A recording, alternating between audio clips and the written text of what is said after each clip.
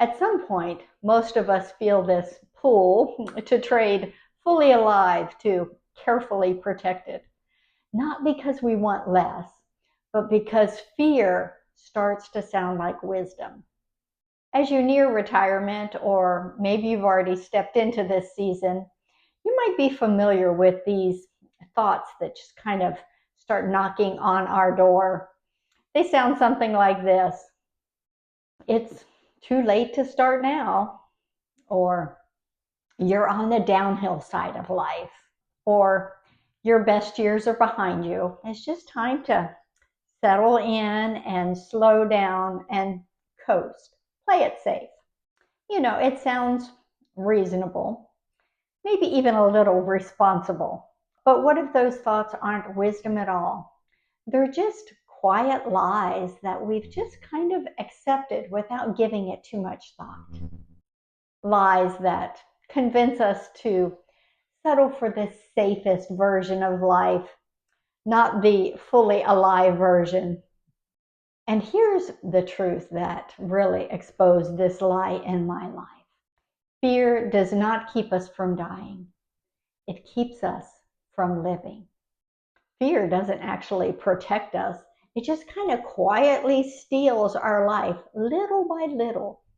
And today, we're calling out something that if we don't address it, if we don't face it head on, then it will quietly come in and rob us of what should be the best years of our life. No more a slow fade for us young retirees. We're refiring and packing these years with the good stuff, living a life that feels bigger and freer and more fully alive than we ever imagined. So let's get started. Hi there, I'm Denise. I started this fully alive journey after winning a pretty tough battle with cancer. I came away with a whole new perspective and appreciation for life. Now, as I'm leaning into retirement, I'm discovering and sharing practical ways to live a fully alive life for many years to come. There's this perception, maybe from TV sitcoms or commercials, comedians, or even our own parents or grandparents, that retirement is the time that life starts to slow down. Nothing exciting happens in these years.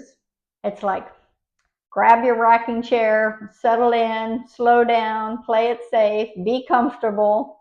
And at first, that can sound appealing until we realize that is the slow fade. Our generation is different. We are not our grandma's retirement life. The 60s are the new 40s, and the 80s are the new 60s. And yes, there are some things that we do need to pay attention to at this stage of life. But we also need to be careful for that fear that kind of creeps in, masquerading as wisdom. And honestly, at first, fear can feel like protection, like we're safe, but it comes at a great cost and no guarantee that you will be safe or protected. But the cost is almost guaranteed.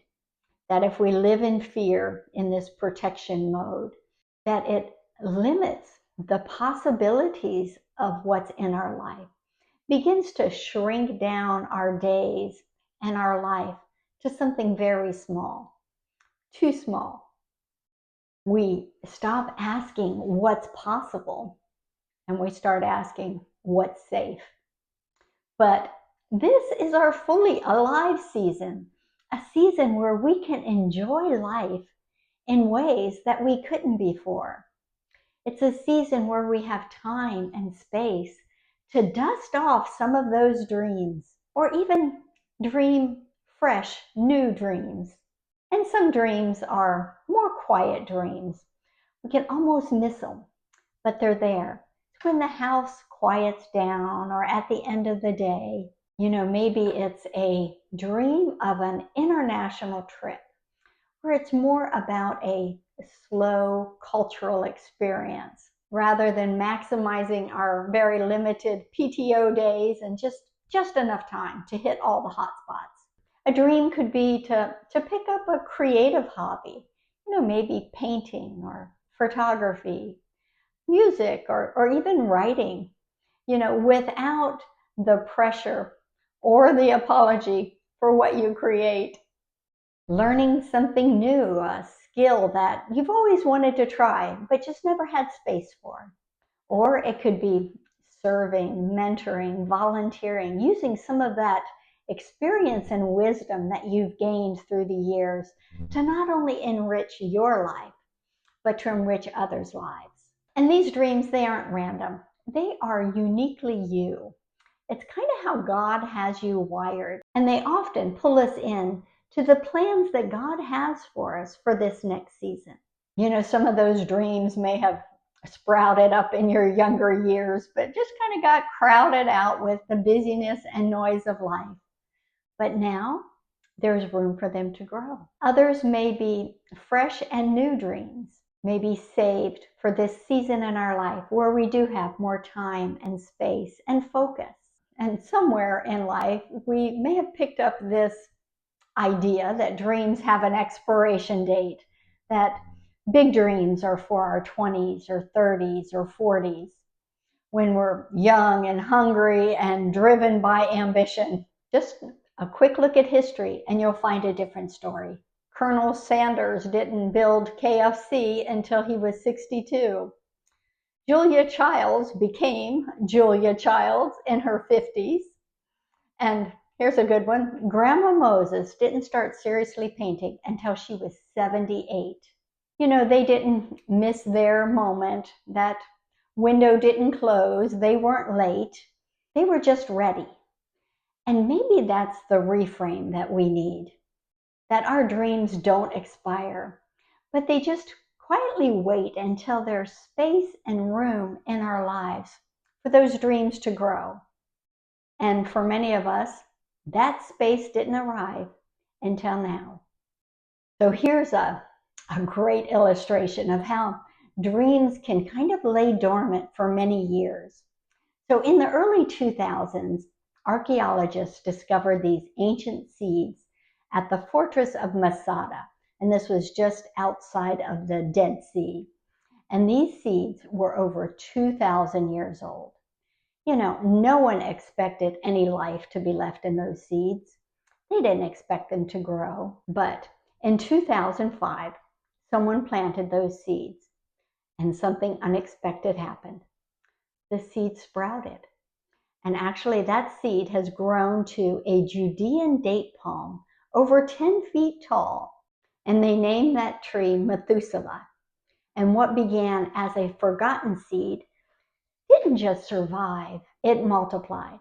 And his pollen was used to pollinate other date palms, ancient trees that could never have produced fruit on their own.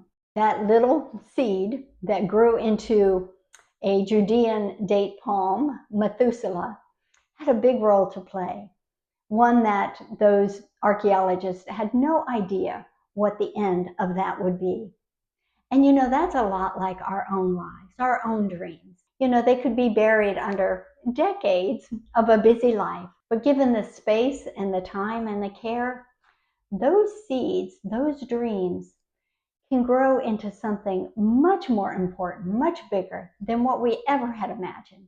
But it's only when we can push past those lies and intentionally make room, make space, make time for those seeds to grow in our life, to not believe the lies that our dreaming days are over. And now that we recognize that lie, we can replace it with the truth. And this is the season. This is our season for hopes and dreams to grow. Maybe they are rediscovering those long forgotten dreams, or it could be a time to dream new, fresh dreams, giving them space to grow. But the dream is worth it. Life is worth living, and it usually happens outside of our comfort zone. We want to kind of hug the trunk of that tree, but they say the fruit is out there on the branches. And remember Methuselah, that 2,000-year-old seed that sprouted and thrived. Our dreams can be like that. Maybe they've been hidden away for decades, protected until the right time. This time in your life could be your Methuselah moment. This season isn't about slowing down. It is not the slow fade. It is a season to refire, to reignite that spark of curiosity and adventure and courage and possibilities. So don't retire, refire, and live out your fully alive life, one day at a time.